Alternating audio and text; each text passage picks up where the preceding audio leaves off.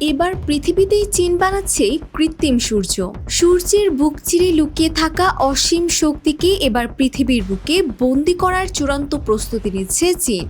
আমাদের মাথার উপর যে সূর্য মিটিমিটি করে জ্বলছে তার চেয়েও বহুগুণ বেশি উত্তাপ ছড়াবে মানুষের তৈরি এই কৃত্রিম সূর্য। কিন্তু প্রশ্ন হচ্ছে, যে তাপমাত্রায় যে কোনো পদার্থ মুহূর্তে ভস্ম হয়ে যেতে পারে, সেই শক্তিকে আটকে রাখা কি আদৌ সম্ভব?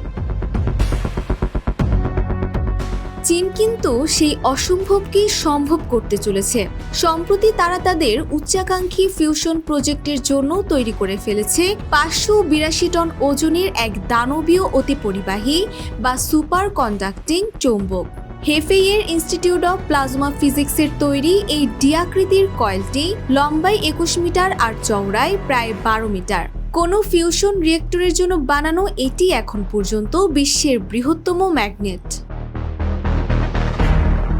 কিন্তু কেন প্রয়োজন এই বিশাল এক চৌম্বকের? রহস্যটা লুকিয়ে আছে এর কাজের ধরনে।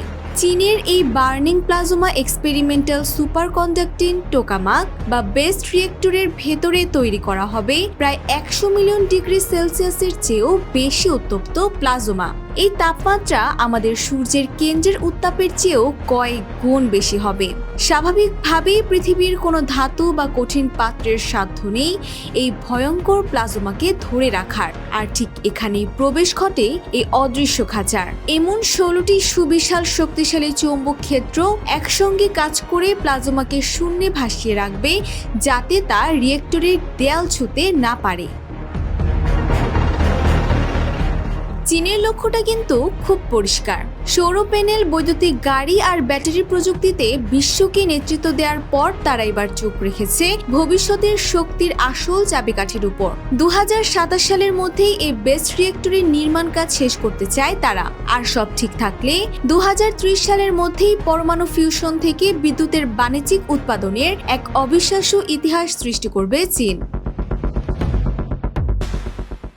কৃত্রিম বুদ্ধিমত্তার বিস্তার আর বিশাল ডেটা সেন্টারের যুগে বিদ্যুতের চাহিদা এখন আকাশচুম্বী। প্রচলিত পারমাণবিক বিদ্যুৎ কেন্দ্রের মতো ভয়ঙ্কর তেজস্ক্রিয় বর্জ্যের ঝুঁকি না রেখে অসীম পরিচ্ছন্ন শক্তি পাওয়ার এই স্বপ্ন যদি সত্যি সফল হয়, তবে বদলে যাবে বিশ্ব রাজনীতির মোড় আর আধুনিক সভ্যতার চিত্রপট। বাণিজ্যিক রূপ পেতে হয়তো আরও কিছুটা সময় লাগবে, তবে বিজ্ঞানের ইতিহাসের এই মহাকাব্যিক অধ্যায়ে চীন যে সবাইকে রেখে অনেকটা এগিয়ে গেল, তার বলার অপেক্ষা রাখে না। Desk report, Bangladesh bulletin.